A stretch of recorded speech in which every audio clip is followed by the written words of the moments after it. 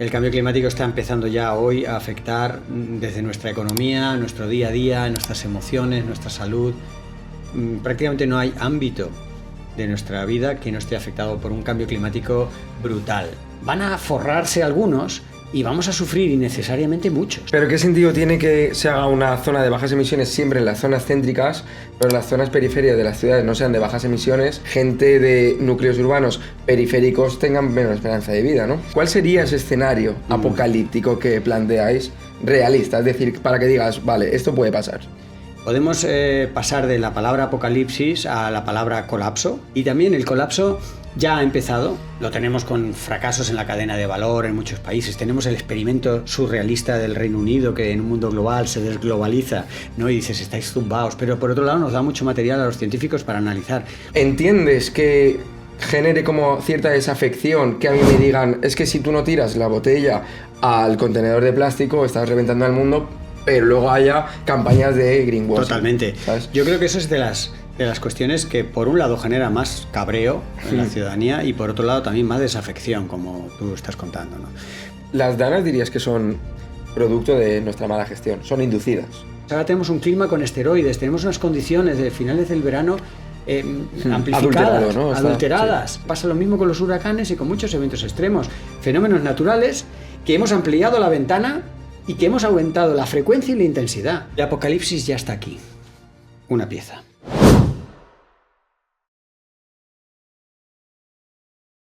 El invitado de hoy es científico, uno de los primeros capítulos que tendremos en este área. Cambio climático, emergencia climática, responsabilidades colectivas, responsabilidades individuales, grandes empresas, actos de cada uno de nosotros, cómo nos afecta. ¿Cuál va a ser el futuro? ¿Hay colapso? Bueno, hoy con nosotros un invitado especialísimo de gran calibre, Fernando Valladares. ¿Qué tal? Bienvenido al Barro. Encantado. ¿Cómo estás? Un placer de estar aquí, Alex. Por Valencia, ¿no? ¿Qué tal? Valencia siempre me ha tratado muy bien y tiene tantos ejes y tanto amor a la cultura, movimientos de todo tipo, que yo estoy enamorado de Valencia. Ha sido un placer. Fernando, una de las primeras preguntas que le hacemos a los invitados e invitadas es quién es y cómo se define ideológicamente. Así que te lo tengo que preguntar, si puede ser un poco reducida, sintética, porque como eres argentino hablas mucho, ¿sabes? Exacto. Hemos quedado que me irías acortando en claro. Entonces, ¿quién es Fernando Valladares y cómo se define ideológicamente? Soy un científico altamente citado que reniega de todas esas citas académicas por intentar cambiar el mundo.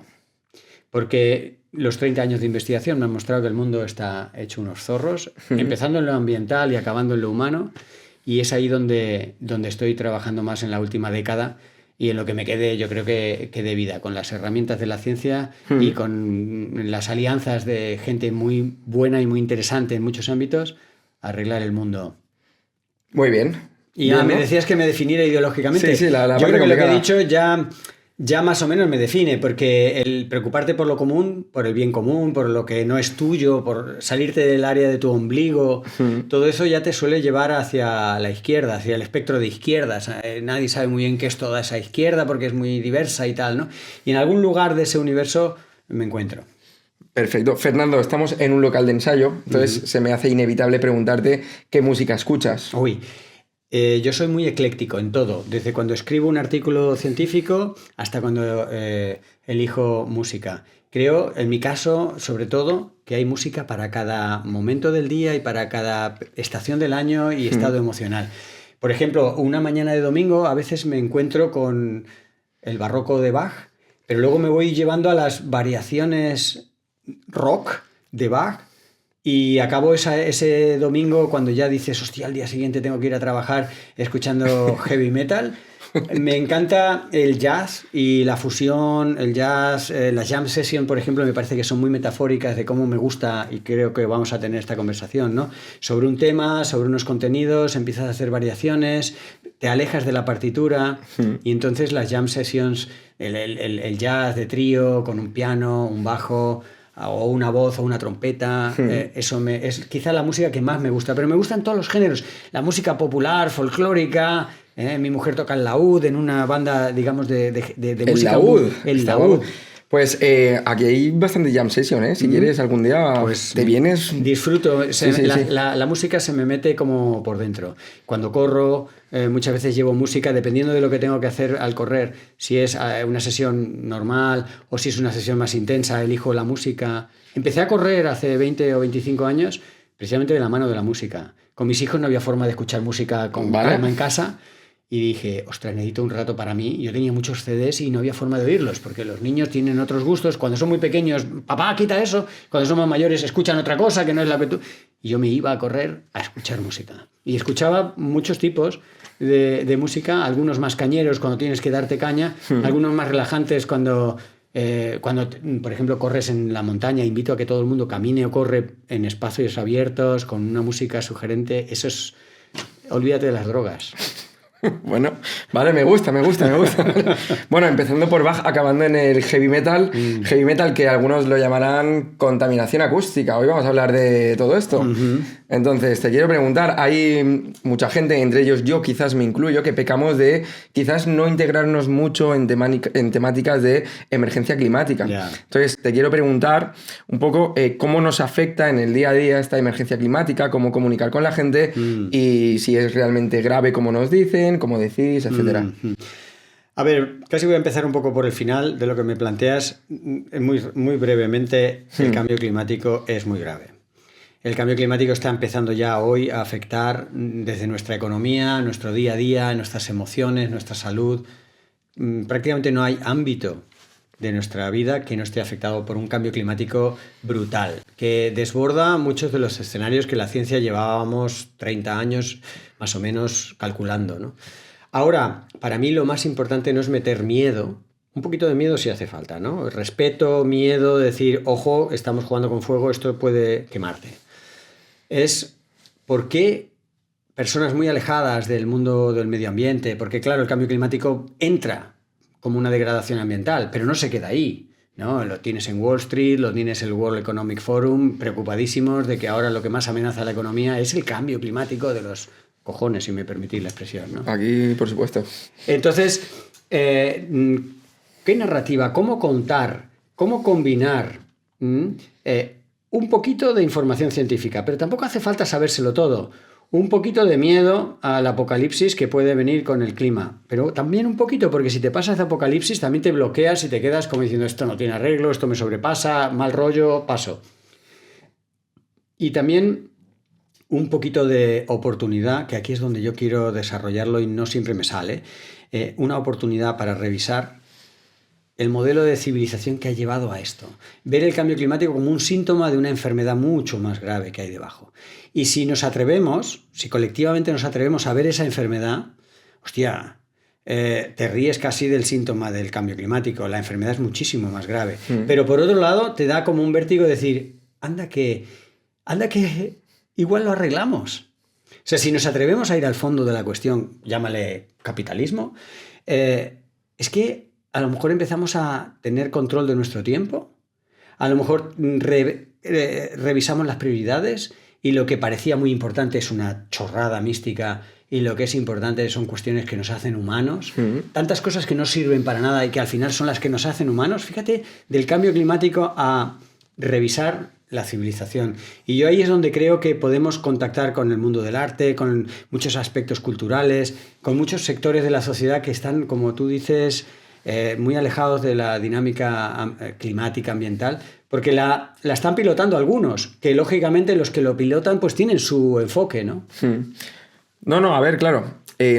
De hecho, es que habla muy bien, Fernando. O sea, estaría escuchándote... Gracias. Yo sé que es una maldición. Claro, he mencionado el tema del apocalipsis, ¿no? O sea, muchas veces cuando escuchamos hablar a científicos como tú, ¿no? El apocalipsis, y dices, bueno, ya, pero es que quizás plantean un escenario catastrofista que además vemos muy a largo plazo, alejado, ¿no? De nuestra realidad material de hoy en día, que quizás no es así.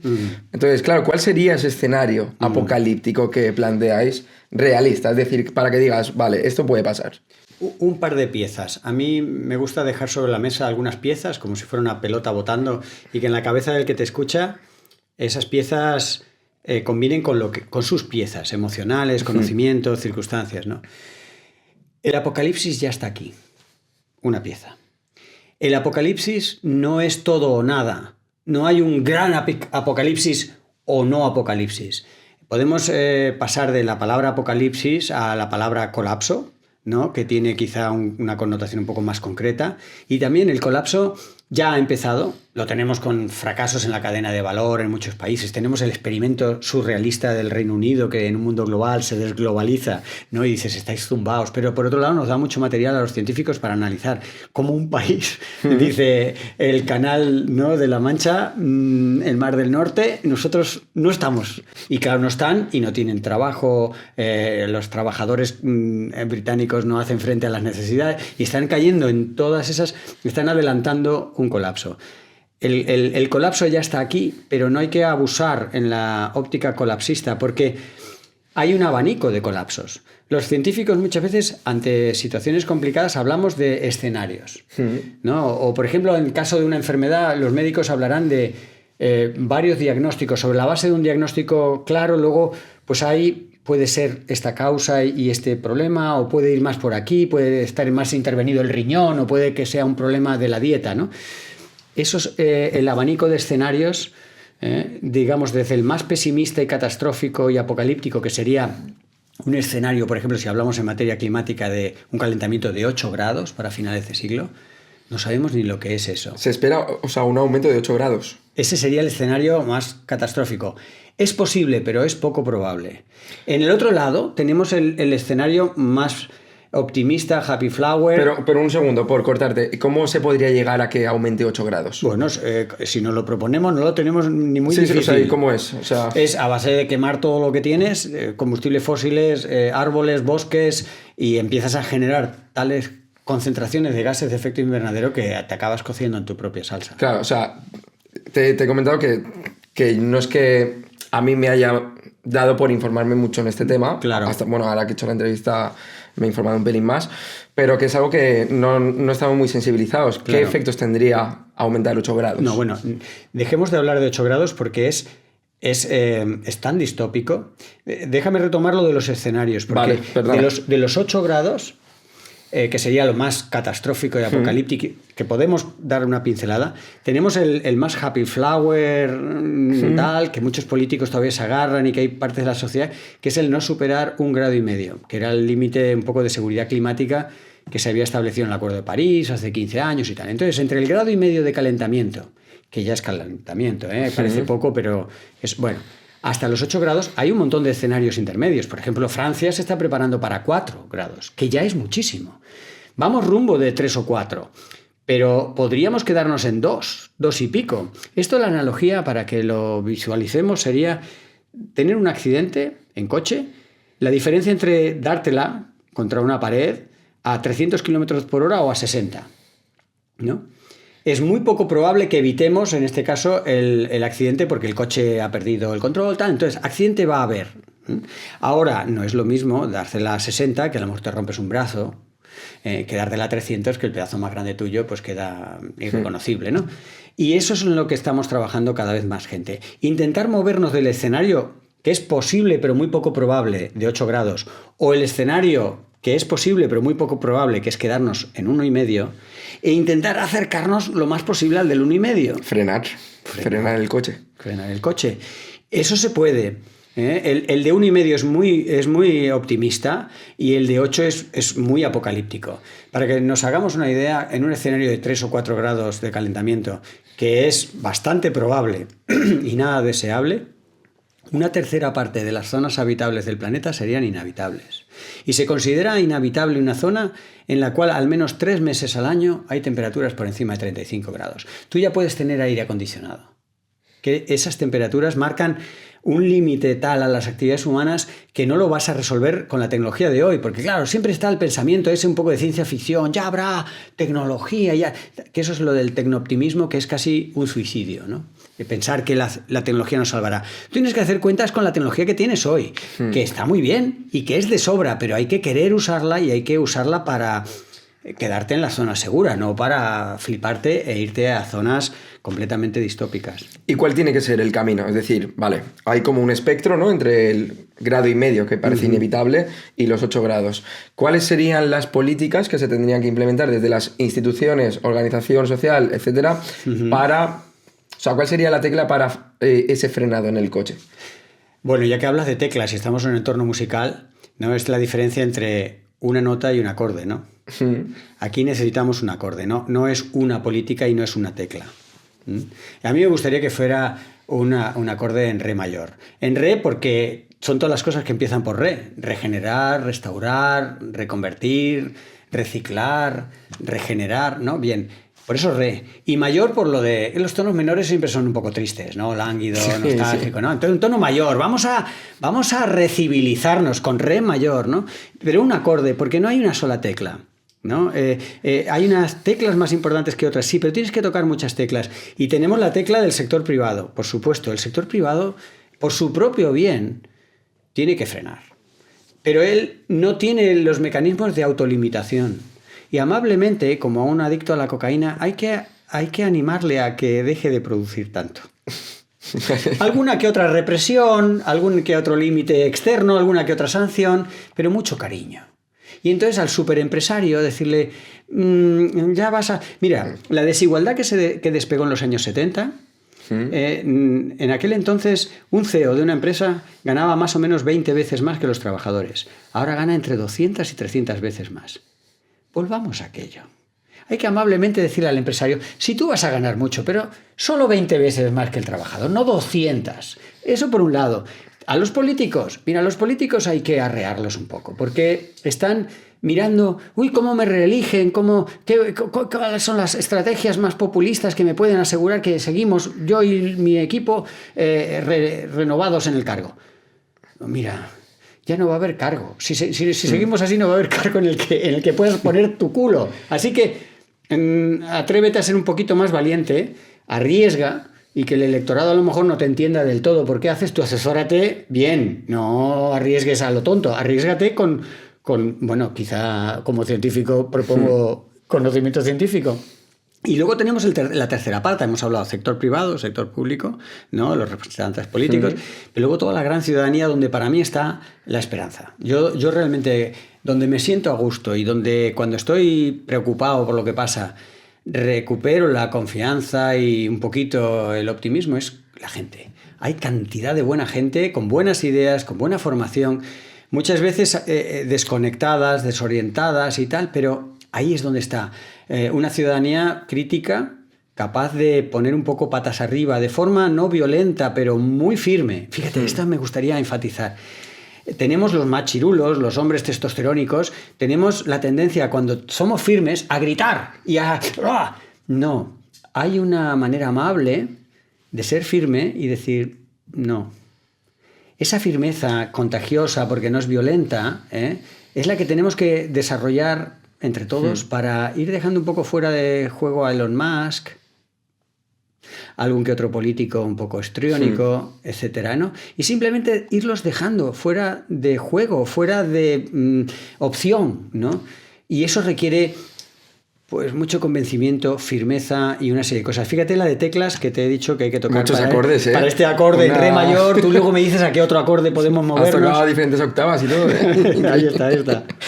Fernando, has tocado una cosa que creo que en este podcast se va a comentar mucho, que son los CEOs de las empresas, las brechas salariales que hay entre el que más y el que menos trabaja. O sea, que trabajar no, sino que recibe en forma de salario. Claro, yo tengo preceptos marxistas. Yo sí que creo que tiene que haber como una economía planificada, con de los sectores productivos, bueno, cuestiones que no vienen al caso. Pero sí que te quiero preguntar, porque hay como una narrativa muy extendida acerca de las responsabilidades individuales que hay en el seno de la sociedad. Entonces, claro, según varios informes, te dicen que la mayor parte de la contaminación mundial la comete el 1% de la población, las grandes empresas. Eso es así. Entonces, claro, entiendes que genere como cierta desafección que a mí me digan, es que si tú no tiras la botella al contenedor de plástico estás reventando al mundo, pero luego haya campañas de greenwashing. Totalmente. ¿Sabes? Yo creo que eso es de las de las cuestiones que por un lado genera más cabreo en la ciudadanía y por otro lado también más desafección, como tú estás contando, ¿no? Porque tú ves que haces esfuerzos, te conciencias, adaptas un poco tu vida para que sea un poco más sostenible y demás, y son acciones mínimas que empalidecen con las locuras de la élite, tanto económica como industrial, política, etcétera, ¿no? Yo ante eso, que es muy humano, propongo primero que nos hagamos inasequibles al desaliento, cada uno que saque su manual de cómo hacerse inasequible, ¿no? Porque esto es una carrera de largo aliento y nadie va a cambiar el mundo, y me lo digo a mí mismo, con acciones individuales y aunque te conviertas en un mártir y hagas un súper esfuerzo. Esto tiene que ser acciones muy colectivas. Y no tenemos a un presidente del mundo que vaya a coordinar estas acciones colectivas. Tiene que ser basadas en una cierta información compartida, ¿no? Y hoy en día con la globalización el compartir información es bastante fácil. Entonces, sobre una base de información compartida, tenemos que no desanimarnos e ir entre todos moviéndonos en otra dirección, en una dirección que no es la que nos ha traído aquí, sino la que nos va a permitir salir de aquí. Por aquí me refiero a este lío climático, este lío ambiental y demás. Entonces, no podemos desanimarnos porque nuestra acción parezca simbólica. Y fíjate, uno de los conceptos que intento erradicar es el concepto de granito de arena. La gente muchas veces dice, no, yo aporto mi granito de arena. A la mierda el granito de arena. ¿Qué coño me estás diciendo de granito de arena? Por empezar, tú no eres arena, tú eres un ser humano con sentimientos, emociones, temperatura corporal, un comportamiento, puedes dar ejemplo. ¿Qué te pareces a un granito de arena? ¿Lo quieres decir porque eres pequeñito? Bueno, y anda que no hay gente pequeñita haciendo cosas pequeñitas en un sitio pequeñito, cambiándolo todo. Es que dices, olvídate del maldito granito de arena. Eso es para quitarle importancia a lo que puedes hacer. Si tú no crees en ti, ¿quién va a creer en ti? Sí, total. Entonces, tienes que revalorizarte. Y entonces, llámame tonto, pero yo estoy haciendo lo que toca hacer. ¿Y tú? Ahí se ha revertido el diálogo, ¿no? Tú eres un loser porque tú solo ganas 1.000 eurillos. Digo, y solo necesito 500, así que tengo 500 de margen. ¿Sabes? Es volverte realmente provocador en tu escala y servir de alguna manera de ejemplo. Mira, hay una idea muy bonita que hay todo un libro con ese título que es El buen ancestro. Si tú te propones ser un buen ancestro, todo va bien. En primer lugar, tienes que poner luces largas. Estamos hablando de descendencia, ¿no? De los que vengan después, que te recuerden como un buen ancestro. Ya las luces largas y el largo plazo va muy bien. Pero además es que en lugar de colonizar el futuro, que es casi lo último que nos queda ya por colonizar, estamos colonizando Marte, la Luna, las zonas polares, lo colonizamos todo, ¿no? El norte global coloniza el sur, el hombre a la mujer, todo la estrategia de colonizar. Y colonizamos al futuro, le mandamos al futuro toda la mierda que en el presente no sabemos gestionar. Nos gastamos el agua que teníamos que hacer durar 20 años, nos la gastamos hoy. Entonces, en lugar de colonizar el futuro, vamos a pensar que haya un futuro habitable y que mole, y que esa gente te recuerde como diciendo, estas personas formaron parte de una generación que se dieron cuenta del rumbo de colapso y bueno, pues no lo hicieron perfecto, pero frenaron y no se la dieron a 300 sino a 60, habilitaron otras vías y yo creo que por ahí hay que conseguir esa motivación que mucha gente pierde por el camino. Sí, pero, o sea, Fernando, yo me refería más al tema de cómo se debe actuar con estas grandes empresas que están... Es decir, hay que ponerles... Tolerancia cero. Con estas multinacionales, ¿no? Tolerancia cero. O sea, ¿cuál es la multinacional? Porque claro, hablamos mucho, quizás es un tema muy etéreo, ¿no? Pero ¿cuál es la multinacional y a modo de qué tipo de actividad están contaminando tanto el mundo? ¿Y qué efecto está teniendo? A ver, al final el mundo lo mueven media docena de empresas. Y los que se conocen como big polluters en inglés, los grandes contaminadores, son también los que tienen más dinero. O sea, contaminan, no contaminan a propósito, sino es una consecuencia de mover tantas cosas y de generar esa riqueza con unas externalidades y unos impactos brutales, ¿no? Entonces, si nos vamos a las 3 o 4 grandes petroleras, ya tenemos ahí unas identificadas. No tienes más que ir al IBEX 35 o a Wall Street y ya tienes la lista. Si tú quieres una lista de empresas, te la hacemos. Pones las 300, 400 y te quedas con las 10 o 12. Y tolerancia cero me refiero a que no necesariamente tiene que ser una actitud de confrontación o violenta, sino decir, lo que tú estás haciendo no tiene ninguna justificación, no tiene ni recorrido para tu propio modelo de negocio. Entonces, ahora, por ejemplo, con las plantas de biogás que están proliferando en el territorio español, ¿no? Ahí tienes dos tipos de compañías, dos tipos de empresas. Tienes las grandes que están detrás para no pringarse, que son las que siempre han sabido ejercer influencia, controlar los mercados y tal, ¿no? Ahí tenemos las grandes energéticas. Tú les pones nombre, pero cualquiera las tenemos aquí, son 6 o 7, no son más. Bien, por delante de ella están la infantería, que son un montón de empresas promotoras que tienen un ingeniero o dos que se han enamorado del proyecto de la planta de biogás y que van a partirse el pecho para imponerlas en el territorio. ¿Contra qué? Pues contra el conocimiento científico, que dice, ojo, que esto contamina y mata, contra la ciudadanía, que dice, esto huele que apesta y no lo quiero en mi barrio, y aliados con unos políticos que están diciendo, ostras, en el largo plazo es una mierda, pero en el corto plazo igual a mí me reeligen. Entonces, si tenemos muy claro cada actor qué es lo que hace, por ejemplo, si tú a la gran empresa eres capaz de ponerla en primera línea y que vean que esa es la empresa que te está haciendo que huela mal tu barrio, dices, ostras, aquí... Uy, qué incómodo. Entonces la empresa empieza a recular. Si tú a la empresa pequeñita le dices, tu dinero es mío porque hay una subvención y yo tengo que saber cómo vas a utilizar mi dinero. Y se quedan descolocadas como, ¿cómo tu dinero? Tenemos un... Digo, es mi dinero. ¿Me quieres explicar qué vas a hacer con mi dinero? Entonces la empresa... esa que iba como muy pico y pala, ¿no? a implementar el proyecto, se queda. Entonces yo quiero que juguemos a cambiarnos los papeles, a que nos provoquemos y dejemos al emperador desnudo. Es una táctica muy clásica, ¿no? Entonces decir, esta empresa lo que está haciendo es un tremendo greenwashing, un lavado de imagen, un postureo ambiental, pero en el fondo está machacándolo todo. Entonces, primero que se sepa, si nos parece bien eso colectivamente, sobre todo soy demócrata, más o menos, no es que me parezca que la democracia funcione perfectamente, pero es una manera de ponernos de acuerdo. Entonces, si entendiendo bien que esta superempresa disminuye nuestra movilidad espermática, por ejemplo, y ya no somos fértiles por esa maldita empresa, que dice eso, dice una lista de 400 cosas, si nos parece bien, me tendré que callar, pero creo que la gente no lo sabe. Y luego las otras empresas están jugando con un oportunismo financiero para hacer cosas, para hacerle el caldo gordo a las grandes, a expensas de los ciudadanos y ciudadanas del territorio, de la gente. Digo, y los políticos, se suponía que los políticos todo esto lo negociaban y lo organizaban, ponían coto aquí. ¿Dónde están los políticos? ¡Ey! Venís, nos ayudáis, que aquí hay tarea. Fernando, luego iremos a los efectos estocásticos que tiene en la salud, ¿no? Pero sí que has mencionado el tema de plantas de biogás y muchas veces yo creo que muchos no estamos familiarizados con estos términos, en qué se utiliza biogás, hidrógeno verde, nucleares, todo esto. Claro. ¿Qué es lo sostenible? ¿Cómo debería ser para que, pues, ese punto de frenado, ¿no? Para el coche. A ver, una frase así como para llevarse a casa es que ninguna tecnología es buena o mala, sino depende de cómo la uses. Un cuchillo sirve para cortar queso o para matar a una persona. Una planta de biogás, en principio, puedes darle una nueva vida a los residuos orgánicos. Los fermentas, produces un gas de origen biológico, de ahí el término. Y, oye, pues el gas le sabemos sacar partido, lo quemamos, hacemos calorcito, cocinamos, etc. Vale. Bien. Explica para tontos, ¿eh? La idea no es mala, bien, ¿verdad? Bien, está bien. Dices, tengo unos residuos, tendré que hacer algo con ellos.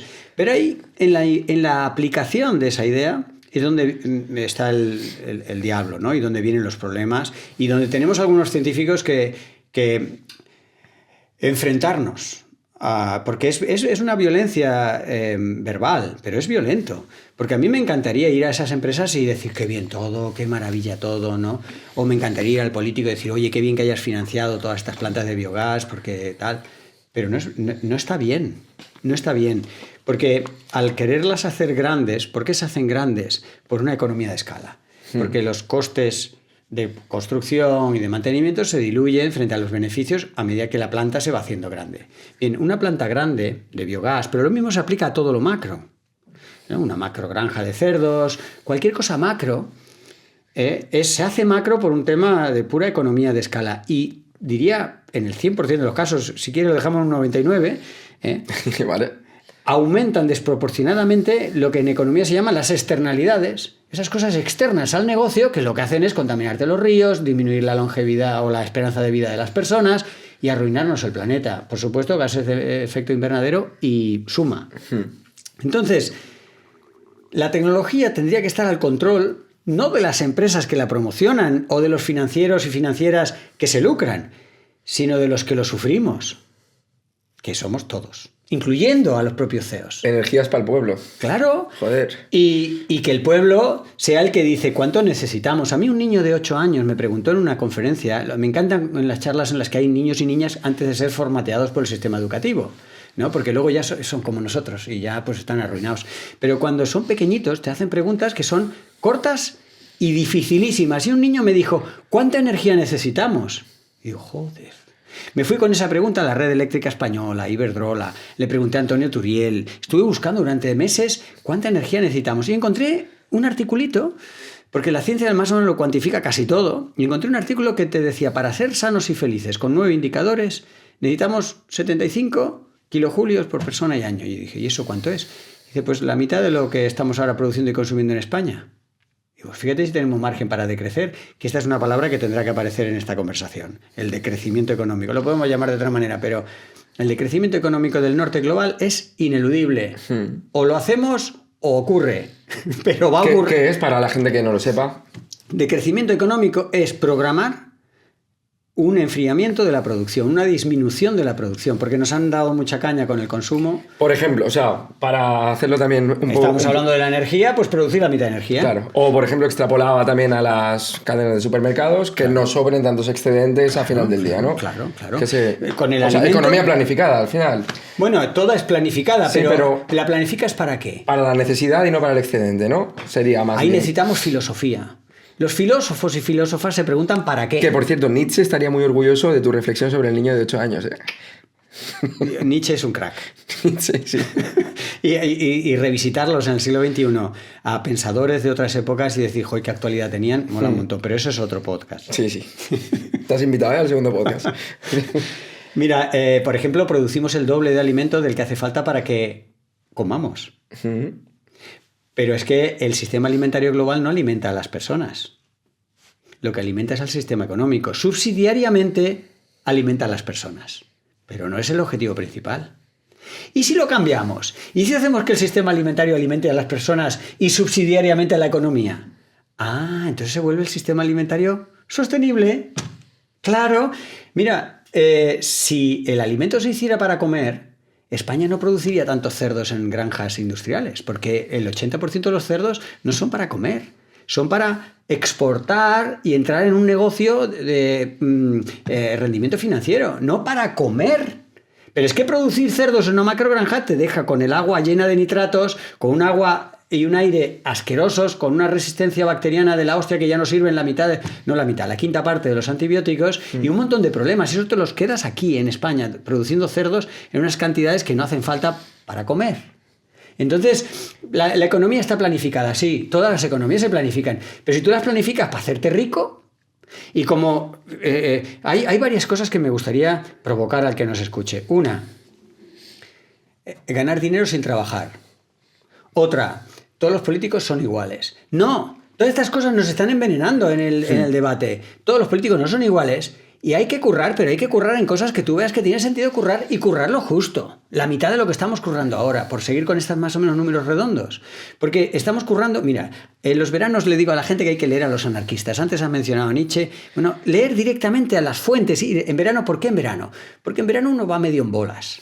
Cambian los hábitos, sudas mucho. Si no trabajas en verano. Sí, o sea, si tienes... Tienes que encontrar... El verano te cambia el chip. Sí, vale. Pues léete a un anarquista literal. Porque los anarquistas ya no solo te presentan las ideas anarquistas, es cómo te las presentan. Y eso tienes que tener la cabeza un poco... ¿Qué anarquista me recomiendas? Bueno, pues por ejemplo, Bob Bloch. Solo se le ha traducido un libro porque es el único que los traductores han podido entender. Entonces lee su trabajo cortito, se lee en un momento. Como buen anarquista no curro mucho. Joder, tío. Caricaturización, vale. Sí, bueno, ya hay anarquistas de todo pelo. Pero Bob Bloch escribió La abolición del trabajo y ese libro hay que leerlo en verano.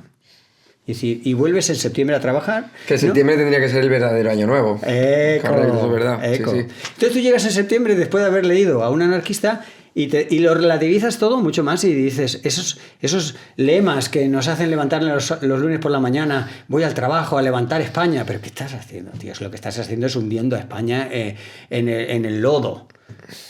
Hay que trabajar menos y hay que trabajar. ¿Para qué hay que trabajar? Economía planificada. Sí, es que el término es muy interesante porque... Ajustado a las necesidades humanas. Vamos a planificarla, pero vamos a decidir en la planificación todos. Porque claro, si te lo dejas a lo de Wall Street que lo planifiquen tenemos a toda esta gente currando para que yo aumente muchísimo mi riqueza, pero si es que ni te la puedes gastar, pedazo de tonto. Si es que a mí me dan ternura los multimillonarios. Porque es que ni siquiera, es que no les tengo odio, es que ni siquiera tienen tiempo para gastar el dinero que generan. Pero si se dice que si tú dejas mucho en herencia es que has hecho mal las cuentas. Imagínate un multimillonario, la cantidad de dinero que ha generado, ¿para qué? ¿A costa de qué?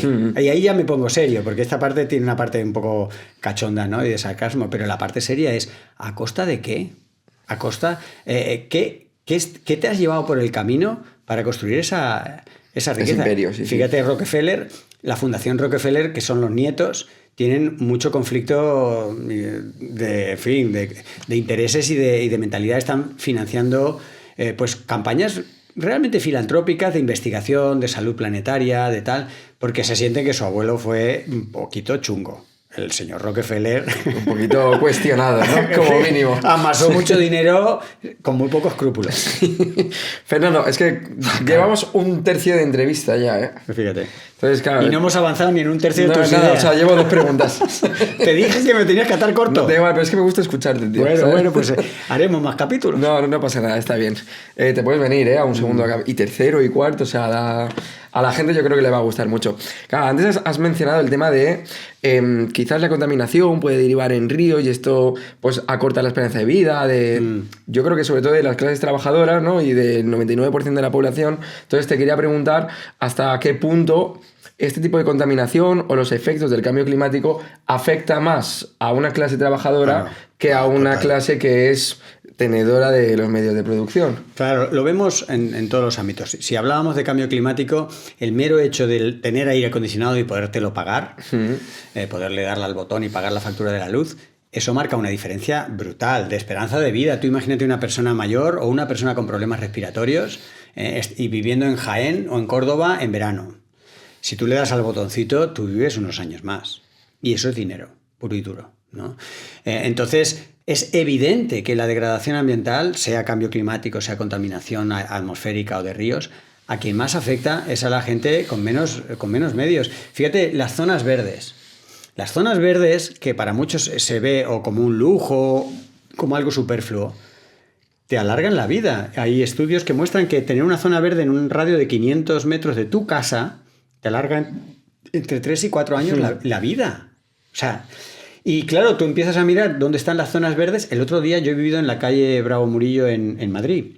Y el otro día salió un análisis estremecedor. La calle Bravo Murillo, que podéis mirarlo, es un eje bastante largo, clásico del Madrid, muy clásico, acaba en 4 caminos, Plaza Castilla y tal. Bueno, pues se diseñó con una acera pobre y una acera rica. Bravo Murillo divide una zona pobre de una zona rica. Y en la zona rica hay zonas verdes. En la zona rica las aceras son más anchas. Y en la acera de los ricos la gente vive hasta 3 o 4 años más. Es la misma calle. O sea, fíjate, si te estoy contestando creo que con ideas muy concretas a que por supuesto que lo paga el trabajador. Y esto no es una reclamación ideológica, o compañeros a las barricadas. Esto es una cosa que luego decidimos. ¿Nos parece bien que los impactos de una planta de biogás, que los impactos de una refinería? Fíjate el corredor del cáncer. El corredor del cáncer, ¿en qué país crees que está? Es una región en la cual el procesamiento del petróleo provoca leucemia y linfoma en niveles extraordinarios respecto al resto del país. ¿En qué país crees que está el corredor del cáncer? En Estados Unidos. El país de la desigualdad. Te iba a decir Arabia Saudí. Claro, enseguida piensas eso o piensas países donde los controles ambientales son pues muy laxos y tal. No, en el propio Estados Unidos, el sitio donde gestionar el petróleo genera más mortalidad y más enfermedad grave está ahí. Entonces tienes a Wall Street, tienes a Elon Musk, tienes a los supermillonarios en el mismo país en el que tienes la gente que se enferma por refinar petróleo. El mismo Donald Trump, que ahora es como una distopía global y no pararemos nunca de hablarlo porque es como el ejemplo de una caricatura del sistema al que estamos queriendo ir y nos parece como que hay que ir ahí. Con sus decretos desde el año 2025 ha llevado a 42 millones de norteamericanos a la inseguridad alimentaria. En el país que es como el ejemplo de la democracia, durante mucho tiempo nos hemos mirado en ese espejo. La libertad de no comer, ¿no? O sea, contesto a tu pregunta, pero es evidente que los desfavorecidos económicamente entras en un círculo muy horrible, porque los que tienen menos dinero tampoco pueden ir a la universidad tan fácilmente, no pueden entender bien lo que les pasa y no tienen tan fácil salir de donde están. Y esos trabajan por cuenta ajena. Y ahí necesitas al anarquista que te diga, ¿por qué trabajamos por cuenta ajena? No, muy poquito de trabajo y en general aún menos por cuenta ajena. Porque la ajena es de ese otro que se la lleva crudas. Y esto no es ser bolchevique, marxista, antisistema, que también. A mí me quieren etiquetar y me voy zafando de las clasificaciones. Me decías que me definieran la ideología. ¿Cuál es mi ideología? Mi ideología es que me preocupa la gente... .com, o sea, me preocupa la gente en general. Entonces, cuando veo injusticias, me hierve la sangre por decir, ¿cómo podemos resolver esa injusticia? Y es muy injusto que para un dinero que no necesitan, unas personas estén sacrificando, colonizando y esclavizando a tantas otras, ¿no? Eso me hierve la sangre y además tengo el argumento numérico, científico, de que eso es insostenible. Que eso nos va a llevar a algunos de esos colapsos que estábamos diciendo al principio. Y tengo datos y no son míos, es leer la literatura científica y darte cuenta que ese modelo, que ahora ha entrado en un turbocapitalismo que se devora a sí mismo, es insostenible, tiene los años contados. Y en el camino va a generar daños, va a generar enfermedades que podríamos evitar, que no son daños colaterales inevitables. Esa manera hipócrita de tratar, no, pobrecitos estas personas. No, eso se podía evitar y sabemos cómo evitarlo. Claro, a ver, ¿sabes qué pasa? Que has mencionado el tema del marxismo. Yo me he criado con mucho marxismo y sí que veo que dentro del movimiento obrerista socialista pues carece mucho de la perspectiva ambiental, ¿no? Sobre todo porque cuando tú lees sobre la revolución industrial en Inglaterra, claro, la esperanza de vida en las zonas periféricas bajó hasta los 40 años. Claro. Y esto era, pues casos más específicos, ¿no? De que no tenían buen sistema de reciclado del agua, etcétera, claro, ¿no? Entonces, claro, en los centros de trabajo la contaminación y las cuestiones climáticas son cosas que sí que se tratan, siempre obedeciendo yo creo que también a los intereses de las patronales, muchas ocasiones, pero sí que te quería preguntar cómo tenemos que enfocar esa transición ecológica para la mayoría de las personas. Bueno, la primera, fíjate, transición ecológica, 2 palabras. La primera palabra hay que cuestionarla porque no va a ser una transición, va a ser saltos adelante y atrás, va a ser muy abrupto, va a ser como cuando tienes turbulencias en un avión. La idea de transición da la idea de una cosa planificada, gradual, progresiva y segura. No, esto va a ser bastante tumultuoso, porque hay unos intereses de los que se la llevan cruda, van a dificultar muchas cosas, hay un odio, hay una ira, hay una canalización del descontento. Precisamente, todo esto genera que la transición no sea transición. Y luego dices ecológica. Bueno, no es solo ecológica. Yo hablo de civilización. Es sociedad, es salud, es economía y no es solo ecología. La etiqueta ecología, si la vemos con generosidad, incluye muchas cosas. Hay veces que la gente la coge con un sentido muy estricto y el ecologista lo ve como una persona con el pelo largo que va en bicicleta. Bueno, pero hay mucho más de ecología. Ecología en el sentido amplio es entender lo que permite la vida nuestra y la de los demás organismos en el planeta. Y para entender y hacer posible la vida de todos y todas, personas y no personas, tienes que meter economía, sociología, antropología y un montón de IAs. Si ves así la ecología, llamemos transición ecológica, pero ojo con la palabra, ¿no? Esa transición la vamos a recorrer a la fuerza o por las buenas. Y enlaza mucho con lo que decía antes del decrecimiento económico. Podemos planificar el decrecimiento económico Favorecer una auténtica transición ecológica, en el sentido de que vamos realmente al núcleo duro del problema, en lugar de poner tiritas, ¿no? No, yo ya tengo, todos mis vasos son de cartón reciclado y mi bicicleta, no sé. Bueno, no está mal, pero eso no es lo grueso. Lo grueso estamos hablando del núcleo capitalista, del sistema, de cómo nos hemos organizado para generar riqueza, para comprar, vender, esclavizar o no esclavizar. Eso es lo gordo. Si nos atrevemos a ir ahí, si lo planificamos y nos anticipamos a que eso pete, porque eso va a petar, si estamos en los escenarios de colapso, eso va a petar. Nadie sabe exactamente cuándo, cómo de global, quién se salvará. Tiene más probabilidades que los que tienen pasta se salven más, pues construirán un refugio antiatómico, qué sé yo. Pero para mí lo que me levanta con ilusión las mañanas es decir, ostras, es que si nos anticipamos, si enfriamos la economía, si producimos menos, si la gente pasa a trabajar la mitad de tiempo, si producimos la mitad de comida. Y estos valores de la mitad es bastante aproximado, ¿eh? No es hablar por hablar, no es como esos 5 minutos, no. Estoy hablando de aproximadamente la mitad de la energía, aproximadamente la mitad de la comida, y así comemos todos. Y así tenemos una energía sostenible en el tiempo. Eso sería atrevernos a ir a la transición ecológica y no simplemente separar la basura en casa, que está muy bien, o medidas así muy de maquillaje ambiental. ¿Ves maquillaje? Claro, yo cuando le dije a un amigo que estudia ambientales que te iba a entrevistar y te conocía, me dice, tío, ¿le podrías preguntar quizás sobre el tema de los coches y las etiquetas de los centros urbanos, etcétera? No sé qué piensas sobre este tema. Mira, todas esas medidas están bien intencionadas. Y tenemos que ser también críticos para ver cuánto van a cambiar del problema esas medidas. Si somos conscientes de que son pequeñas medidas, bienvenido sea. Pero si tú pones el 100% de tu ilusión, o el 100% de tu inversión económica, o el 100% de tu programa electoral en esas medidas, no vamos a resolver nada. Pero tú entiendes, y perdona que te corte, que sí, una persona que, yo qué sé, se compra un coche del 2016 y es híbrido, es que no conozco muy bien el tema de los coches, bien, ¿vale? Pero luego hay otra persona que es muy pobre y tiene un coche del 97, pues no le dejan acceder y al otro sí. No. Entonces, claro, es una cuestión también que se circunscribe a la clase otra vez. Total. A ver, cómo se implementan las ideas, estamos haciendo una pequeña cascada de conceptos, ¿no? Por un lado, la idea, ¿no? Que puede tener un punto rescatable, un punto positivo. Luego, cómo la implementas es que puede marcar la gran diferencia. Primero, cuestionar que la idea a lo mejor no es la solución, pero contribuye a mejorar las cosas, ¿no? Es como ser menos gente en el planeta hace que los problemas sean más llevaderos, pero no está solucionando el problema, porque si el planeta tuviera 4 Elon Musk ya estamos fritos. Entonces, claro... La mitad de Elon Musk, ¿no? O sea...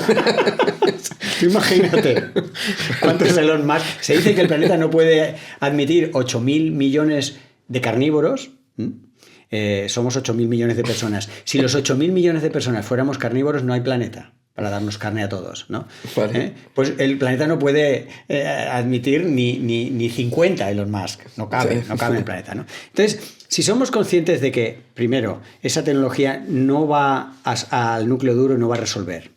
Segundo, que la implementación de esa tecnología puede marcar muchas diferencias, tanto sociales... Intentemos hacer el ejercicio de que lo social, lo ecológico, lo sanitario, lo saludable, están muy interconectados. Entonces, cuando hablamos de algo justo, es que es algo que funciona mejor. No solo es justo desde el punto de vista ético, que también, sino es que va a funcionar mejor. Entonces, la implementación de una tecnología limpia, de una zona baja en emisiones, son buenas ideas. Si tú las aplicas con justicia, van a funcionar mejor.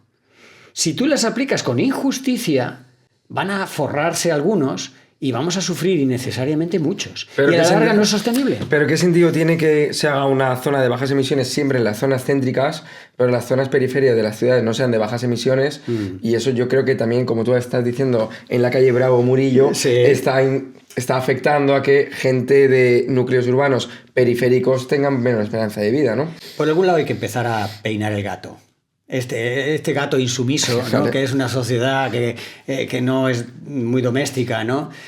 ¿Cómo lo peinamos? ¿Cómo atusamos a ese gato, ¿no? Es muy difícil. Entonces, hay medidas que nacen con problemas, claro, pero ponme otra medida. Dime, ¿cuál es la alternativa? O sea, por algún lado hay que empezar a Parar reducir la emisiones. O sea, claro, pues parar esa gigantesca producción de las grandes empresas. ¿No? Decretazos. Volvemos al acorde en re mayor. Sí, vamos a ir frenando a las empresas. Como no se van a dejar, no pongas todos tus huevos en esa cesta, pero está muy bien. Pero hay una tónica en un acorde, ¿eh? Hay una en un acorde hay una hay una tónica, mayor, ¿eh? hay una... Sí, tónica, sí. Ahí vamos a por la dominante, la tónica dominante, eso es. Pues... Claro, la tónica dominante aquí serían las grandes empresas que son las que tienen un brazo de palanca potentísimo. Cualquier cosa que logremos que cambie una gran empresa va a tener un efecto para bien o para mal muy grande. Entonces, claro, esa es la tónica dominante. Pero no la juguemos todo a la tónica dominante. Hay canciones hechas con mucha picardía y mucho arte en el que si poner la tónica dominante, tú la estás recreando en tu oído. No ha sonado, pero tú la estás oyendo. Bien. ¿Cuáles serían esas otras cosas que te componen el acorde sin la tónica dominante? Porque no está llegando, porque la empresa no llega.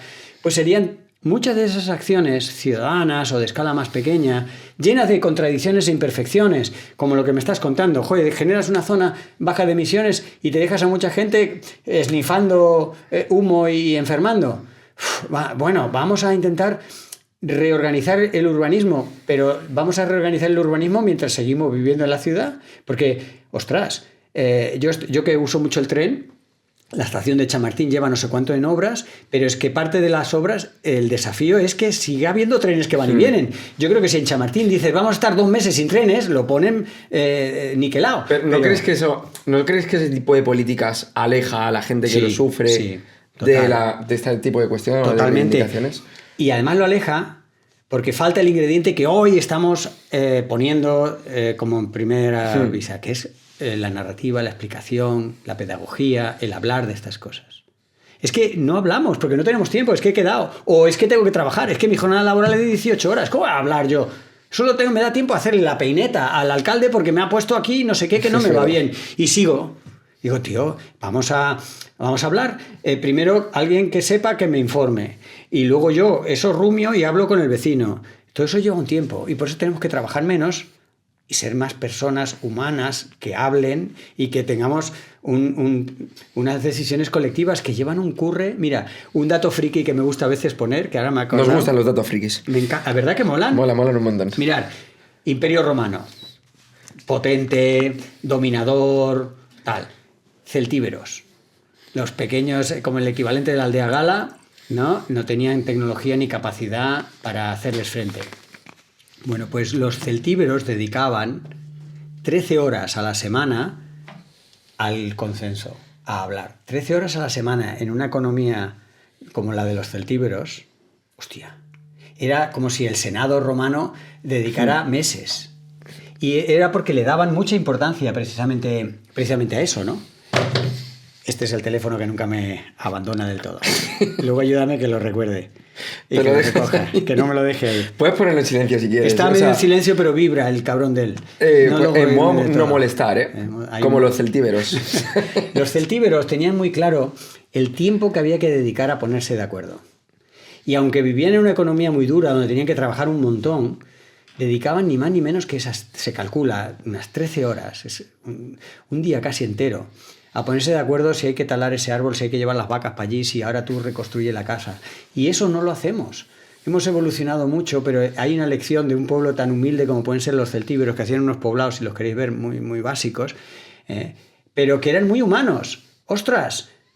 Que hay que hablar y hablar lleva tiempo y hablar con las personas diferentes es mucho más difícil y mucho más necesario. Porque hablar gente del mismo equipo de fútbol o de la misma onda de la música es fácil y es terapéutico y hagámoslo, sí. Pero eso no va a cambiar mucho las cosas. Eso es un refugio cada vez más, donde te refugies con los afines para que el mundo está fatal. No, pues sal al mundo y habla con los no afines, que es durísimo. Y llegas a casa agotado. Yo hay días que llego a casa agotado. ¿Y qué has hecho? Pues no lo sé. Creo que no he logrado nada, pero he estado un rato largo hablando con una persona que pensaba, pero muy raro, que decía cosas muy raras. Hablábamos de los terraplanistas y de... 2 millones de personas en España piensan que la Tierra es plana. 2 millones, ya los quisieran muchos partidos políticos. Pocas son, ¿eh? Pocas son, ¿no, Fernando? A lo que estamos ¿Qué viendo, piensas tú de...? Es que además Bueno, tú has estado en platós de televisión, has estado con Risto, has estado en La Sexta también, muchas ocasiones, donde también se le ha dado voz a personajes como Javi Pobes, que entiendo que sabes quién es. ¿Qué opinas de este fenómeno de terraplanistas, anticiencia, etcétera?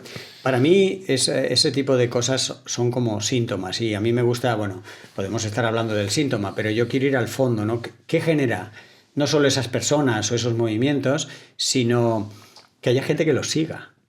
Porque, oye, yo soy muy flexible, que a ti te da por ir con el pelo verde o que tú piensas que la Tierra es plana. Pues sale y nos hacemos unas risas. Pero que haya millones de personas que les puedan seguir es lo que yo digo, ups. Entonces, que aparezcan en un programa en prime time, con mucha audiencia, hablando de esos disparates, por un lado, le están dando mucha visibilidad al propio programa, por eso el programa los invita. Algunos, muy pocos, nos reímos críticamente y decimos, está zumbao, pero otros se apuntan al club de los zumbaos. Y esto tiene mucho peligro. Entonces, mira, con la televisión pública, los medios de comunicación públicos, sí que creo que hay que romper ese círculo vicioso de la audiencia, porque la audiencia se programa para qué quiere la gente, entretenimiento, morbo, cotilleo, algo de sexo, y entonces tú le das eso, ¿no? Claro, ¿cómo le vas a poner un acorde de re mayor y vas a explicar la tonal? La gente dice, o el cambio climático, Valladares a las 9 de la noche explicando los gases de efecto invernadero. No. Bien, pero a las audiencias también hay que, por lo menos con fondos públicos y una televisión o una radio o una prensa con fondos públicos, joder, pues hay que generar una audiencia un poco más crítica, más informada. ¿Que a lo mejor eso te baja los índices de audiencia? Pues un poco sí. ¿Por cuánto tiempo? Porque la gente también empieza a espabilar y te sorprendes, ¿eh? Tú cuando comunicas bien y cuando cuentas una idea, hay gente que dice, oye, ¿qué contó el otro día este tío que me pareció tan interesante? No lo entendí muy bien. Y dice, pues para entenderlo vete a tal otro. O sea, la gente no solo no es tonta, sino también aprender y entender es algo que mucha gente le mola per se, y cuando hay un problema, ostras, pues necesitan y quieren escuchar y tal. Pues trabajemos en eso. Entonces, pero tú mismo lo has dicho. ¿Tú crees que a esta gente le interesa este tipo de mensajes? No, a la persona en sí, ¿no? Porque No, a la persona no, a las grandes cadenas, a las cadenas de televisión, etc. A las audiencias, a las cadenas, en cuanto son grandes, hay que tratarlas como a Repsol, como a las grandes empresas. Vale. Hay que tolerancia cero. Resol, ¿no? Mira, Resol, ya tenemos una progresión. Claro, porque a las grandes cadenas hay que machacarlas también un poco, ¿no? Como diciendo, tenéis una responsabilidad, os guste o no. Y si esto va a coste de perder parte de la audiencia, lo siento mucho, pero es que ese es el coste que tenéis. No pido que sacrifiquéis todo vuestro modelo de negocio, pero una parte de ética profesional y de participación en el gran lío ciudadano en el que estamos metidos, ostras, ahí hay que hacerlo. Y hay que, por otro lado, si no lo hacen, hacer boicot en la medida en la que podamos. Un boicot más o menos agresivo o pacífico, pero hay que boicotear a los medios de comunicación que no de vez en cuando matizan la frivolidad, la salsa rosa y las chorradas cósmicas que a la gente entretiene con alguna cosa un poco con más enjundia, con más formación, de espíritu crítico informado, ¿no? Porque es que además yo pienso en qué tipo de interés puede tener en una audiencia que la Tierra sea plana. O sea, es que no... Ir en contra, pensar en lo raro, ¿no? Hay mucha gente que tiene una necesidad vital, todos en el Pero me refiero que no están diciendo, oye, pues mira, la producción de CO2 es mentira porque está obedeciendo a los intereses de patronales y de grandes empresas. Están diciendo, la Tierra es plana. Bueno, ¿y qué? O sea, ¿y qué me quiere? ¿Cuál es tu interés? No lo entiendo, ¿sabes? Sí, el interés es el mismo de, como te digo, de tantos movimientos que lo que buscan es desafiar el orden establecido, ¿no? Tú defines el orden. Mira, cuando estuve en una encerrona que antes te empecé a contar, ¿no? Que me encerraron... Te secuestraron, Me secuestraron durante unas horas y temí por mi integridad física en un polígono industrial a las afueras de Madrid. ¿no? Que íbamos a grabar un programa como este y había efectivamente los micrófonos y la tecnología era la misma. Te voy a secuestrar, tranquilo, no te preocupes. Yo aquí me siento muy cómplice con vosotros, o sea que si me secuestráis, con que de vez en cuando me deis agua y un trozo de pan, pues bien. Pero este era un ambiente muy poco cómplice. Muy hostil, muy hostil. Me fui dando cuenta que eran negacionistas climáticos, que lo que me encerraron era un poco para intentar acorralarme, ¿no? Y ahí me sentí muy incómodo. Esto no sé, ahora he perdido el hilo, que yo también lo pierdo. Yo pierdo el hilo también, o sea... veníamos... Con el tema de cuál es el interés de que... Sí, claro. Todos estos viven en la conspiranoia y con ellos aprendí que todo lo que les sonaba oficial...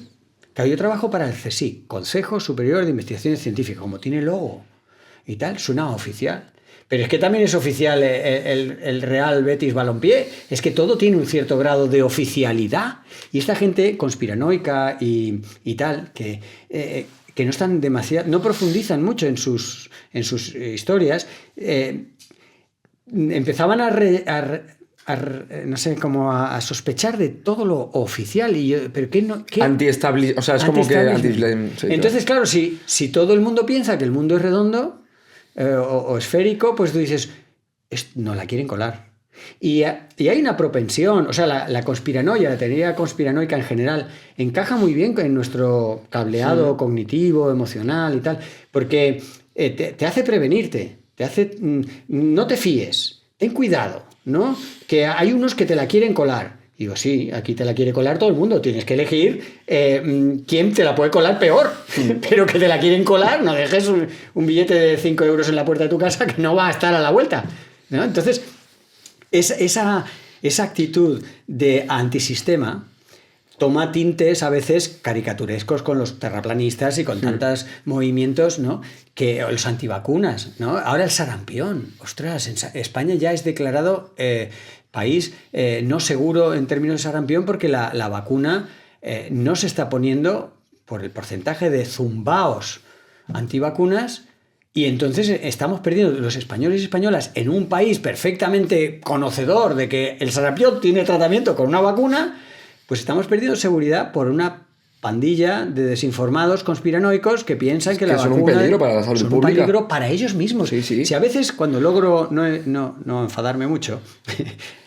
paso a la ternura, lo que decía antes, que me dan hasta ternura las personas estas, porque la ternura en sentido muy amplio, ¿no? Entendedme lo que quiero decir, es una manera también de empatía y de acercarte al diferente, que es una de mis cruzadas, ¿no? De hablar con personas muy diferentes. Yo quiero hablar de tú a tú con humanidad, con un antivacunas. Yo lo puedo criticar en un programa, decir, son un peligro, pero cuando me encuentre con uno, igual que cuando me encuentre con el presidente de una patronal sin escrúpulos que echa de pronto a la mitad de la plantilla por razones financieras, yo quiero llegar al tercer tiempo, quiero llegar a ese momento de hablar de humano a humano, de entender su causa último y que él entienda mi preocupación. Yo tengo la fortuna y el privilegio. Si quieres, o sea, es que no me gusta traer a estas personas, pero si quieres, puedes tener una charla aquí. Claro. Con alguna. Claro, tengámoslas. Porque yo creo que quitando algunas pátinas de tu profesión, de tus ideologías, de tus principios, detrás está un humano.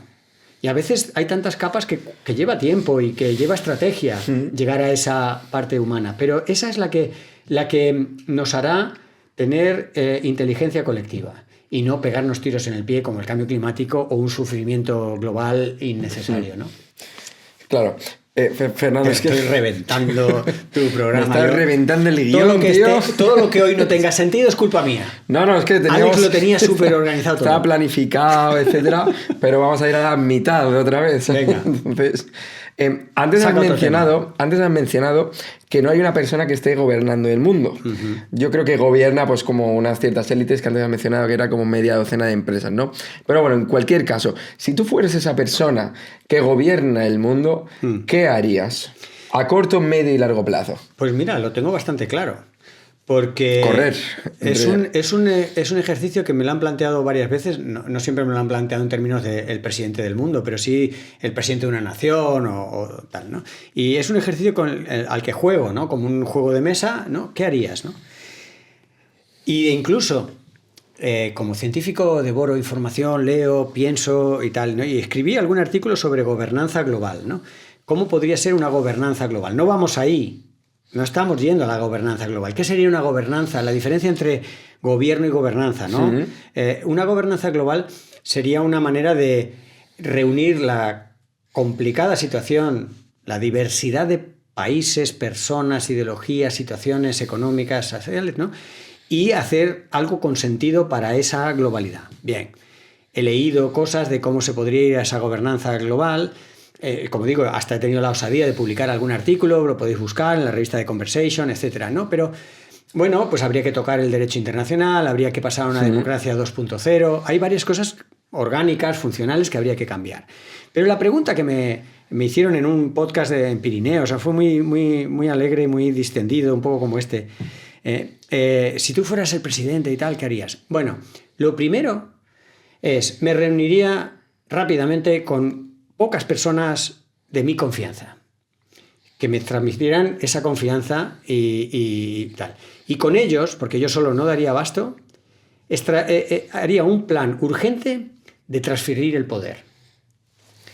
Una transferencia urgente de poder, porque yo tendría bastante poder. Entonces, ¿cómo lo transfiero? ¿A quién lo transfiero? Yo no tengo ni puta idea. Yo soy un ingenuo, además. Yo me fío de la gente. Yo tengo muchos defectos. Todos tenemos algunos. Yo tengo esos y alguno más. Entonces, en un pequeño comité, decir, vamos a transferir competencias, las cuencas hidrográficas, pues que se confiera, que haya un órgano de gestión de toda la cuenca de forma orgánica. Tendría un sesgo, la ecología, ¿no? Cómo funcionan los sistemas naturales. Y eso impregnaría bastante de las decisiones. Pero tengo claro que hay que transferir el poder para que orgánicamente, a escala más local, se tomen las decisiones, que no haya un cuello de botella esperando a que Valladares y su presidencia y su gobierno de presidencia de una puta vez saque la ley número 27.400/6, porque eso no va a pasar a tiempo que lo necesitamos. Sí, para evitar la burocratización esta, ¿no?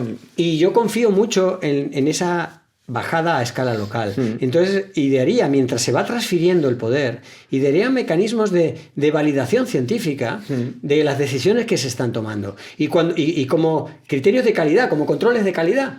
De tal forma que cuando los órganos que sean nacionales, supranacionales, autonómicos, municipal, no lo sé, cuando esa transferencia esté ocurriendo en el marco, estoy hablando de meses. O sea, en pocas semanas transferiríamos el poder, en pocos meses empezaríamos a poder tener indicadores de esas decisiones a otra escala se están tomando y poderlas contrastar.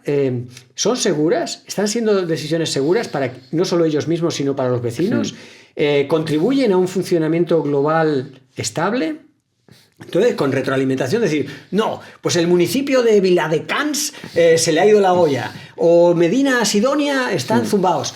Ahí hay que ver quién está tomando decisiones. Sí, fiscalizar, ¿no? Claro, pero me refería más a medidas concretas en materia climática. Mira, las medidas en materia climática vendrán cuando nos hayamos puesto de acuerdo en qué es lo que queremos. No cambiamos el clima, no protegemos el clima. Pero tú eres el gobernante del mundo. Claro. Pero yo lo que quiero es ponernos de acuerdo. Y lo que no voy a ir es a imponer. Porque sé que las imposiciones no funcionan, y menos en un clima crispado. Las explícitas no funcionan, ¿no? Correcto. Claro. Entonces, yo quiero que la gente forme parte de la solución. ¿Y cómo pones a 8.000 millones de personas a solucionar cosas? No tenemos orgánicamente vías, ¿no? La educación, sí, claro, pero la educación, ostras, hasta que estén educados todos estos 8.000 millones de personas, tenemos medidas más urgentes. Entonces, con esto es una zumbada mía, que igual ni funciona. Está bien. No, pero es un ejercicio. O sea, lo que sí salvo de este ejercicio es lo de transferir el poder para que ese poder, como en cascada, vaya tomando medidas rápidas, afinadas al territorio. Entonces hay medidas de adaptación climática que son muy diferentes en Gijón o en Paiporta. Es que no tiene nada que ver. Entonces, ¿qué voy a estar yo haciendo la gran decisión? Ante el cambio climático hay que adaptarse con... Digo, joder, que lo de Paiporta decidan y lo de Gijón decidan. Pero bajo un paraguas supervisado un poco para decir que no se alejen mucho de la ciencia. A ver si va a haber una empresa que la adaptación le va a dar dinero. Ya estamos viendo la necroeconomía, ya estamos viendo oportunidades económicas en el desastre, en el sufrimiento. Entonces digo, ostras, si detecto eso, no. Ahí recupero poder Y digo, vamos a poner a otras personas que trabajen de forma asambleario, pero eficiente, porque vemos que las asambleas muchas veces también... Descentralización. Sí, descentralización programada, urgente, asistida por la ciencia y con controles de calidad y de verificación que las decisiones que se toman corresponden a la urgencia principal. Luego, oye, que aquí somos de darle al vino y allí de la cerveza, pues bien. Fernando, me has dicho que es que se nos va acabando el tiempo, entonces me sabe mal porque yo creo que la audiencia me va a decir, Alex, tío, ¿cómo le cortas aquí, tío? ¿Sabes? Entonces me sabe mal por ello. Claro, has mencionado Paiporta. Sí. Paiporta, y estamos en un local por la zona. La Dana. O sea, ¿qué ha ocurrido climáticamente para que se produzca la Dana? A ver, la Dana... yo me impliqué mucho emocionalmente con la Dana, estando desde Madrid, desde las 8 de la mañana que veía que la gente iba a trabajar, hasta luego todo el odio que he sufrido en las redes sociales por significarme, ¿no? Y he intentado explicar mucho de lo que pasó. Sobre todo empecé, pero no me quedé ahí, con la parte física del clima, ¿no?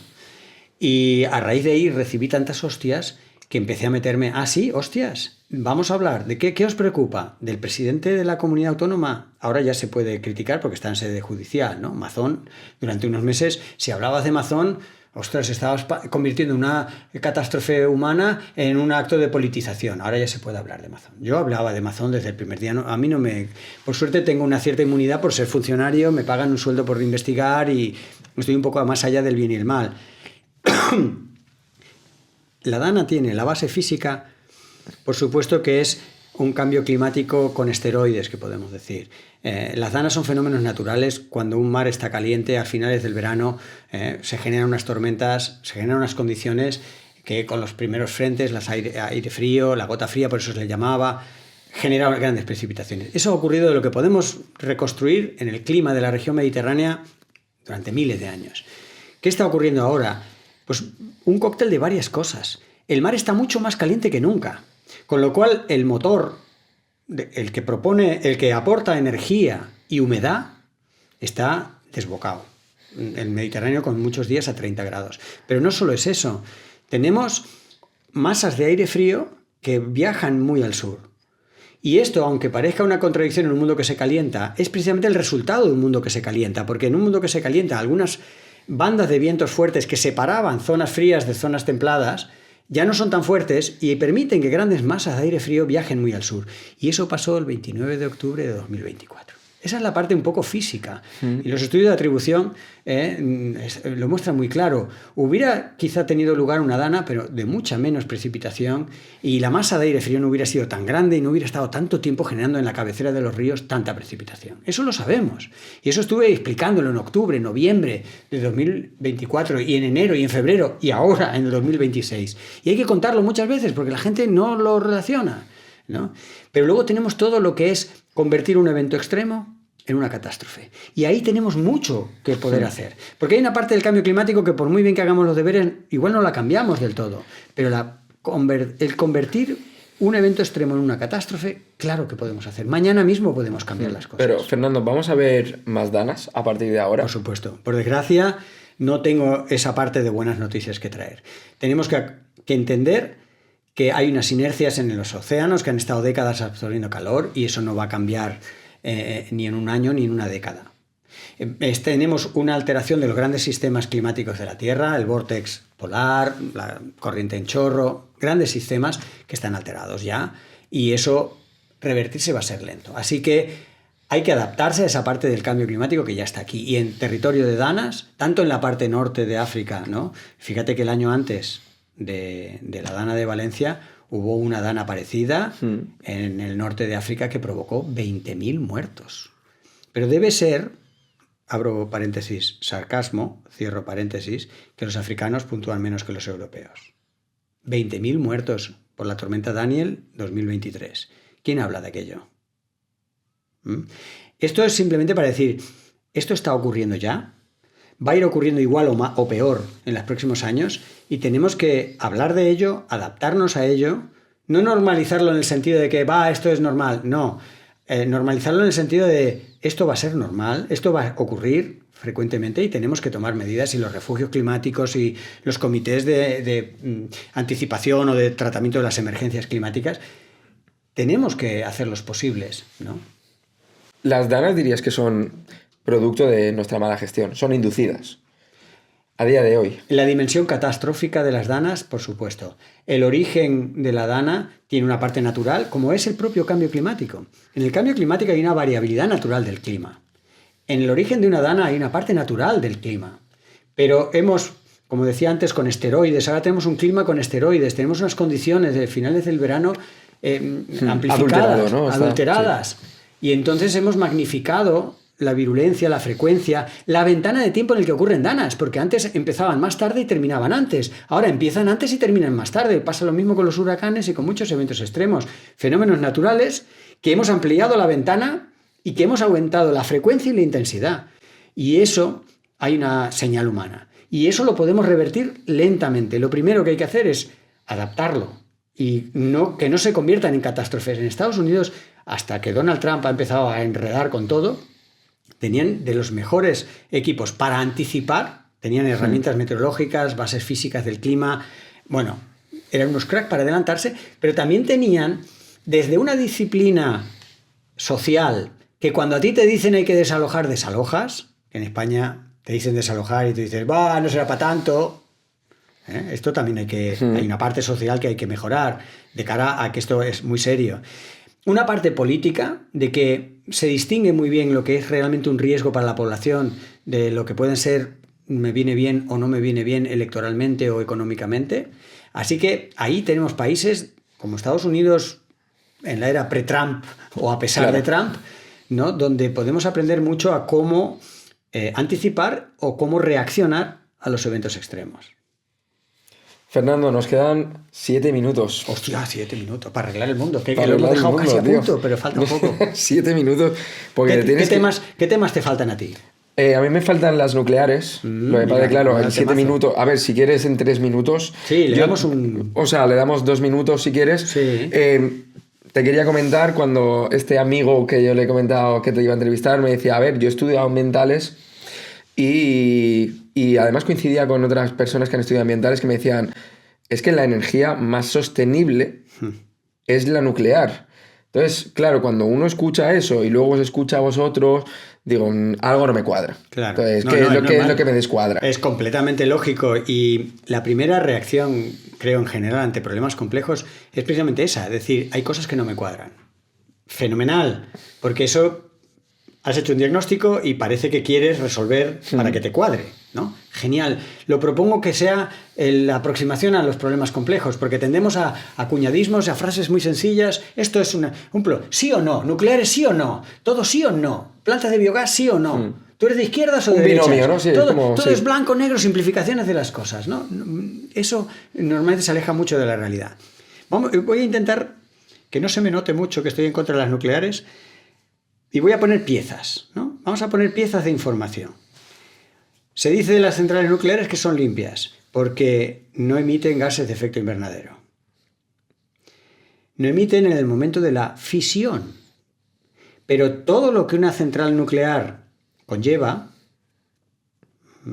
desde medidas de seguridad, transporte hacia y desde de los residuos y de tantas cosas, genera una huella ambiental brutal, desde agua, pero y los propios gases de efecto invernadero, que es brutal, es muy contaminante una central nuclear. Pensar que una central nuclear no contamina es no ver el elefante en la habitación, porque el proceso de fisión nuclear sea técnicamente limpio en cuanto a emisiones, porque sabemos que tiene un pequeño problemita con los residuos, no tiene que hacernos ver que toda una central nuclear en funcionamiento es una máquina de contaminar muchas cosas. Lo mismo se puede decir también de las fotovoltaicas. No, claro, no hay energía limpia. La única energía limpia es la que no se produce. Entonces, luego podemos ir a las fotovoltaicas.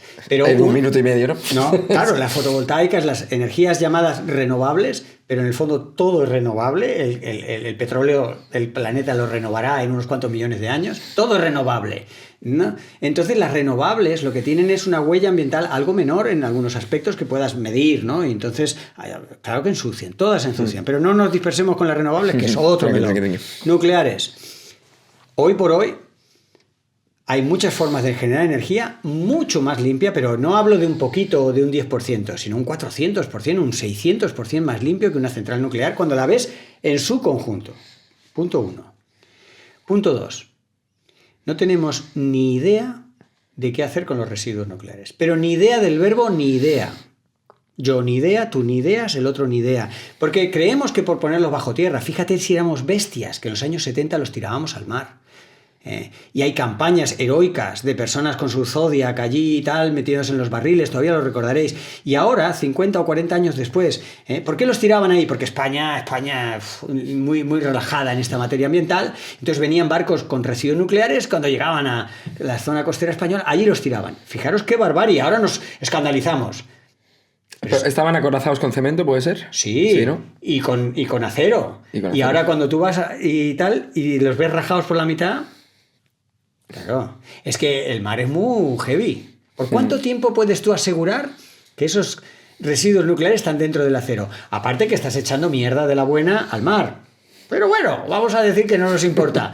Pero es que aquello no es estable, son unas corrientes muy fuertes y se ven, vamos, las fotos de las últimas décadas de bidones rajados en el fondo del mar.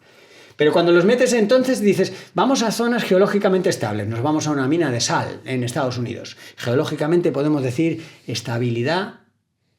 La estabilidad que te aseguran los geólogos es la 10ª parte del periodo de vida radiactivo de los residuos. Es decir, y ese es el sitio más seguro. Vamos a Francia. Francia es una anomalía nuclear en el mundo. Es el único país que la ha jugado a la nuclear, ¿no? Hasta el punto de que muchos científicos están tan sesgados en lo nuclear porque han vivido desde pequeñitos adorando a la nuclear y acostumbrados a la nuclear. Como un resultado de eso, también es verdad que son unos cracks digamos, en la generación. Son los únicos europeos que realmente pueden hacerle un pepino nuclear y plantarle cara a Putin, a Trump y a otros. Bueno, claro, han aprendido mucho a gestionar lo nuclear, ¿no? La energía más cara producida en Europa la ha producido varias veces Francia por los problemillas que tenían con unas centrales nucleares envejecidas que han tenido que irlas cerrando y se quedaban con una con otra. Si no, mirad la hemeroteca, hace 2, 3, 4 años, el precio del kilovatio francés era de troncharte de risa, decir, esta era la forma de energía, ya lo entiendo, baratísima, baratísima. Están intentando, para salir del escollo en el que ellos se han metido, Francia se ha metido ellos mismos en un escollo por no diversificar la producción energética, están jugando a pequeñas centrales nucleares más de quita y pon, más rápidas de ensamblar. Para montar una buena central nuclear necesitas muchos años y no tenemos esos años. Primera, otra cosa que voy dejando allí a quien lo quiera escuchar. Segundo, pieza así que tú te podrías quedar mosqueado. El sector privado, las grandes empresas tontas no son en aquello de ganar dinero. No hay ni una sola empresa que financie la construcción de ni una sola central nuclear. En el Reino Unido es la mayor auditoría de lo que ha costado hacer centrales nucleares y todavía están pagando la deuda generada por aquellas centrales nucleares. Es un grano financiero que no lo paga ni papá Estado, ni años de contribuyentes, ni nada. Entonces, ¿dónde vamos quedando? Sí, nos queda un pequeño problemita de los accidentes. No, son muy seguras. Son muy seguras, sí. Chernóbil y Fukushima, ¿no? Muy seguras. Es verdad que ocurren muy pocos accidentes, pero no estamos preparados para cuando ocurren. ¿Cómo se calcula una póliza de seguros? La póliza de seguros tiene 2 componentes. La frecuencia de los eventos a asegurar y el daño que causan esos eventos. La frecuencia de un accidente nuclear es muy baja, pero no tenemos forma de hacer frente a cuando ocurre un accidente. Japón lleva llorando unos años porque ha tenido que cambiar su política y ya vertir el agua radiactiva al Pacífico. Y tú ahora puedes ver una bonita corriente de agua radiactiva bajando desde el norte del Pacífico, cruzando a la otra orilla y bajando hasta la parte sur. Y los japoneses, que tienen mucho escrúpulo y mucha responsabilidad, se sienten habiendo fracasado con la gestión del accidente. Entonces... Contamina, vamos. Contaminan, tienen riesgo, no salen barato. Sí. Y además, os decía muy al principio que necesitamos la mitad de la energía en España de la que producimos y consumimos. A nivel europeo necesitamos un tercio y los norteamericanos necesitan un quinto. ¿Para qué? La pregunta filosófica de un niño de 8 años. Para ser sanos y felices. Que tú quieres ganar mucho dinero, que tú quieres montar muchos parques de atracciones, que tú tienes una adicción enfermiza a la energía. Empieza por confesarlo y ahora vemos cómo lo gestionamos. Fernando, creo que, mira la hora, te vas a asustar. Madre mía, ha volado el tiempo. No sé quién nos va a aguantar tanto tiempo, porque aquí no lo hemos pasado. Está que flipas. A mí me ha gustado mucho, es un placer escucharte. Habrá un segundo capítulo, seguro. Igual con un terraplanista y todo. Yo, encantado, lo que decía lo profeso y lo practico. Que a mí no me gusta, más diferente es la persona con la que hablo, más aprendo y más, digamos, es de la prueba del algodón es de lo que si digo. Quieres lo montamos, no tengo problema, ¿eh? Si además va a jugar en favor de la humanidad, me parece perfecto. Entonces, nosotros cerramos con 2 preguntas que son personales. Venga. Entonces, no sé si me responderás, yo creo que sí. Y la primera es, ¿cuándo fue la última vez que lloraste y por qué? Hostia, yo lloro mucho. He pasado una enfermedad muy grave y aprendí a llorar. Después de ser un buen machirulo entrenado a no llorar, llorar ensancha los pulmones. Mira, recuerdo, ya que estamos en Valencia, recuerdo la representación de zumo de remolacha en la Rambleta. Hostia, es que lo recuerdo y me pongo a llorar ahora. Porque ¿qué significa que un científico se ponga a hacer de actor hablando de cambio climático? Hostia, que estamos muy mal. Pero por otro lado había 500, 600 personas que me estaban escuchando, ¿no? Y, hostia, es que lo pienso ahora y me pongo a llorar. No es que no sé. A ver, llora si quieres, no es el objetivo. No. Me va a impedir acabar con la siguiente pregunta. Puedes llorar. Yo lloro mucho por las injusticias y por las situaciones. Lloro cuando una película narra de forma verídica una situación injusta, ¿no? Un relato. Lloro. La segunda pregunta es, ¿qué es lo más loco que has hecho por amor? Por amor, hostia, por amor. Caray, es que hay muchos amores. Hay amor, el amor de amor pareja. Romántico de pareja. Amor romántico de pareja. Vamos. Ostras, yo llevo ya 40 años con mi pareja y esa fase así. Entonces tengo que retrotraerme a esas. Ahí la mitad no. Ahí la mitad no. Ahí el doble.